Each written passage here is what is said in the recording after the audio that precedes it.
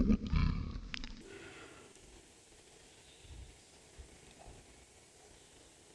salli wa sallim wa barik ala habibina wa maulana Muhammadin khatamin nabiyyin rahmatillahil muhdalil alamin wa ala alihi wa ashabihi wa ala kulli man istanna bi sunnatihi wa qatada bi qudwatihi ila yaumiddin, amma ba'du. Ma'asyiral muslimin, bapak-bapak, saudara-saudara sidang jamaah subuh rahimakumullah. Subuh hari ini sungguh sangat membahagiakan, kita bisa dilimpahi nikmat hidayah sehingga kita bisa kembali menunaikan sholat subuh, alhamdulillah, berjamaah. Subuh hari ini kita kembali lanjutkan kajian kita masih tentang akhlak Rasulullah sallallahu alaihi wasallam. Pada subuh yang lalu kita sudah mendengarkan satu hadis yang menjelaskan tentang kedermawanan Rasulullah sallallahu alaihi wasallam. Subuh hari ini masih tentang akhlak karom, itu al-karom atau sifat dermawan. Hadis berikut ini bersumber dari seorang sahabat Nabi sallallahu alaihi wasallam, yaitu Umar ibnul Khattab radhiyallahu ta'ala anhu. Beliau sampaikan bahwa anna rajulan, pernah ada seorang laki-laki, jaa ilan nabi sallallahu alaihi wasallam, mendatangi Nabi sallallahu alaihi wasallam. Fasa'alahu ayyutiyah. Lalu orang ini meminta sesuatu kepada Nabi sallallahu alaihi wasallam. Faqala an-nabiy sallallahu alaihi wasallam, maka Nabi sallallahu alaihi wasallam bersabda, ma indi syai'. Saat ini saya tidak punya apa-apa sama sekali. Sama sekali. Dari syai'un itu kalau dalam ilmu tata bahasa Arab itu isim nakiroh. Nakiroh itu maknanya kalau ada berarti banyak sekali, kalau tidak ada berarti tidak ada sama sekali. Syai'un. Jadi Nabi katakan ma indi syai'un, saya tidak punya apa-apa sama sekali sekarang ini. Walakin tetapi ibta' alayyah, pergilah engkau ke pasar, belilah sesuatu dengan utang. Belilah sesuatu dengan utang atas namaku. Maksudnya saya yang jamin nanti. Jadi fa iza ja'ani syai', nanti jika sudah ada rezekiku, qadaituhu, aku akan lunasi. Jadi seperti itu. Jadi ada seseorang yang datang kepada Nabi sallallahu alaihi wasallam dengan suatu hajat. Dalam penjelasannya ini dikatakan suatu keperluan yang sudah tidak bisa ditidakkan. Kebutuhan yang sifatnya darurat lah, gampangannya begitu. Sebab pada hadis yang kemarin kita jelaskan bahwa Nabi sallallahu alaihi wasallam ketika dimintai sesuatu itu tidak pernah menolak dengan mengatakan tidak jika ada atau bisa membantu. Tapi kalau memang tidak ada atau beliau tidak bisa membantu masalah tersebut, maka beliau juga tidak malu untuk mengatakan tidak. Tapi di sini disebutkan bahwa ketika itu Nabi sedang tidak punya apa-apa yang bisa diberikan. Tapi Nabi kemudian mengatakan kepada orang itu, pergilah ke pasar, belilah kebutuhanmu itu dengan utang atas namaku. Saya yang jamin, nanti kalau saya sudah ada rezeki saya akan lunasi. Nah, ketika itu ada sahabat, ini tadi Umar ini, ya, yang menceritakan ini. Nah, di situ Umar ada di situ. Maka Umar ini yang tidak terima, karena beliau mengetahui persis keadaan Nabi Shallallahu Alaihi Wasallam. Ya, di samping beliau adalah sahabatnya yang dekat. Lebih daripada itu, beliau adalah mertuanya. Ya, tentu ada informasi-informasi yang sampai kepada beliau melalui putrinya. Ya. Jadi faqala Umaru, maka Umar kemudian mengatakan, ya Rasulullah, wahai Rasulullah, qad a'taitahu, qad a'taitahu qabla hadhil marrah. Ya Rasulullah, orang ini sudah sering engkau berikan sesuatu. Ya, orang ini sudah sering engkau berikan sesuatu. Nah, justru karena orang ini sudah sering datang kepada Nabi meminta sesuatu, maka Nabi tahu betul keadaan orang ini. Artinya orang ini kemungkinan besar itu tidak meminta kecuali benar-benar sangat perlu. Ya Rasulullah, engkau sudah seringkali memberikan kepada orang ini. Sekarang kamu tidak punya apa-apa. Fama kallafaqallahu ma la taqdiru alaihi. Dan Allah tidak membebanimu sesuatu yang engkau tidak mampu untuk melakukannya. Jadi maksudnya Sayyidina Umar ini bagus sebenarnya. Jadi beliau khawatir dengan kondisi Nabi Shallallahu Alaihi Wasallam. Tapi apa respon Nabi, ya, ketika Umar berkata seperti itu? Fakarihan Nabi Sallallahu Alaihi Wasallam qaula Umar. Ya, ternyata Nabi kurang suka dengan ucapan Umar itu. Jadi itu kelihatan dari raut wajah beliau.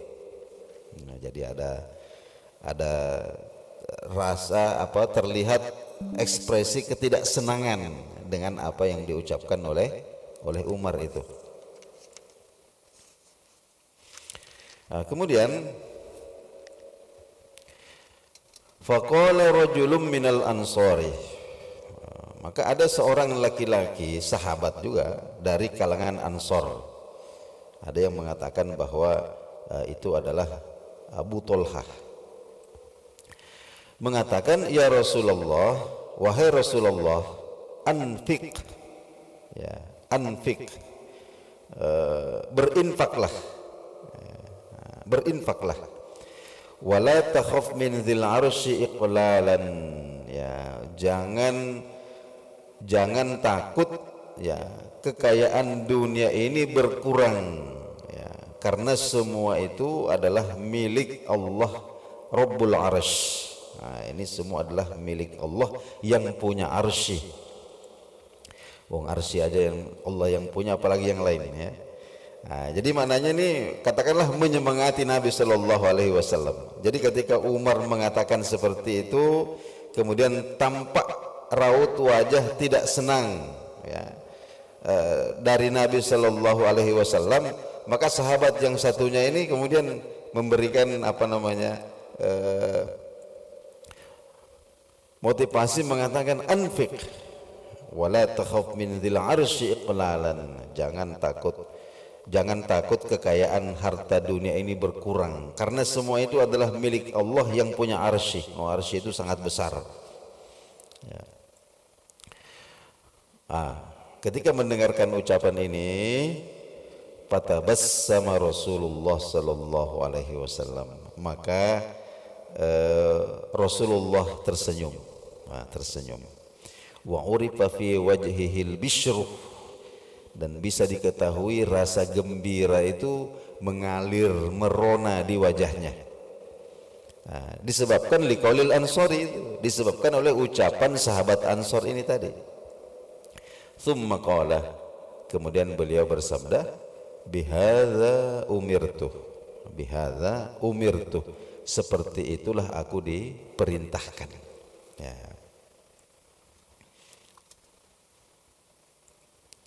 Nah, jadi di sini kita garis bawahi sedikit dari hadis ini. Yang pertama tadi bahwa ini orang berada dalam kondisi yang sangat membutuhkan. Ada kebutuhan yang tidak bisa ditidakkan. Jadi kalau datang orang seperti itu kepada Nabi SAW minta bantuan, meskipun Nabi dalam kondisi betul-betul tidak punya apa-apa, maka beliau katakanlah mengambil inisiatif.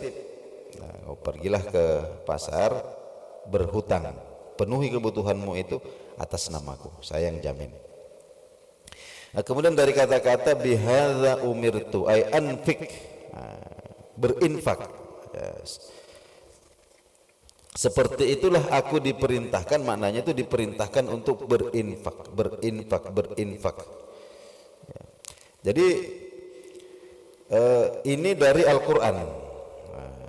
Di sini dalam Al-Quran itu dalam surah Saba ayat yang ke-39 Allah Subhanahu wa taala berfirman, "Wa ma anfaqtum min syai'." Dan tidaklah atau apa-apa, apapun yang kamu infakkan, apapun yang kamu infakkan, fahuwa yukhlifuh, maka Allah lah yang akan mengganti. Allah yang akan mengganti. Wa huwa khairur raziqin, dan Allah adalah sebaik-baik pemberi rezeki. Nah, ini kita perlu pahami. Para ulama kita memberikan ilustrasi ini tentang khairur raziqin ini. Jadi ketika kita menanam satu benih, satu biji jagung, satu benih berupa satu biji jagung kita tanam, maka coba perhatikan bagaimana Allah Subhanahu wa taala mengganti satu biji jagung yang kita tanam di bawah tanah ini. Allah kemudian menumbuhkan batang, kemudian menyempurnakan dengan daun. Dan batangnya ini juga bermanfaat. Kemudian daunnya juga bermanfaat. Kemudian Allah tumbuhkan tongkolnya. Tongkolnya ini kadang-kadang atau seringkali itu bukan cuma satu tongkol, seringkali dua tongkol. Nah, satu tongkol itu kalau kita hitung berapa bijinya? Berapa bijinya? Jadi satu biji kita tanam ini. Inilah makna itu khairur raziqin. Khairur raziqin ini bahkan memberikan sesuatu yang menurut ilmu kita tidak butuhkan, tapi menurut ilmu Allah kita butuhkan. Dan Allah tidak memberikan kepada kita sesuatu yang mungkin menurut ilmu kita butuh, tapi menurut ilmunya Allah kita tidak butuh. Artinya rezeki-rezeki ini pun Allah Subhanahu wa taala sudah berikan. Kemudian mana yang kita butuhkan menurut pengetahuan Allah itu akan diberikan kepada kita. Yang tidak kita perlukan menurut pengetahuan Allah itu tidak diberikan kepada kita. Hanya sayang sekali manusia itu selalu mengukur rezekinya berdasarkan ilmunya sendiri. Jadi kadang-kadang sok tahu dia tentang apa yang paling dia butuhkan. Akhirnya dia merasa kekurangan. Kenapa saya tidak punya ini, tidak punya ini? Apalagi dia tidak tahu kalau itu dia tidak butuhkan. Nah, malah bisa berbahaya kalau dia dapat, kalau dia maksakan seperti itu. Itu namanya khairur raziqin. Nah, disebutkan juga dalam riwayat Imam Muslim rahimahullah, hadis dari Abi Hurairah radhiyallahu taala anhu, Nabi sallallahu alaihi wasallam bersabda, ma naqasat shadaqatum min malin, ma naqasat, tidak akan pernah berkurang, tidak akan pernah mengurangi, ma naqasat, tidak akan pernah berkurang atau mengurangi. Ya, jadi ini kalau kita artikan hadis ini bisa tidak akan pernah berkurang harta itu gara-gara sedekah, atau bisa juga kita artikan tidak akan pernah sedekah itu mengurangi harta. Nah, Jadi mana qasad shadaqatum mimmalin, tidak akan pernah mengurangi shadaqatun sedekah itu min malin harta. Nah, jadi sedekah kelihatannya memang berkurang. Nah, secara zahir hitungan matematika kita punya uang 1 juta, sedekahkan 100.000, nah, kelihatannya berkurang. Jadi kok sisa 900. Tapi Nabi kita mengatakan tidak. Ya, mana qasad shadaqatum min malin. Nah, itu justru akan menambah. Ini sudah menjadi pakem, ya, menjadi pakem dalam berinfak itu, bahwa sedekah itu tidak dianggap harta itu tidak dianggap berkurang jika disedekahkan. Nah, justru orang itu kalau ingin hartanya abadi, ya disedekahkan. Ya, karena apa yang kita sedekahkan itu sudah menjadi milik kita yang pasti. Nah, jadi harta orang itu kan ada 3.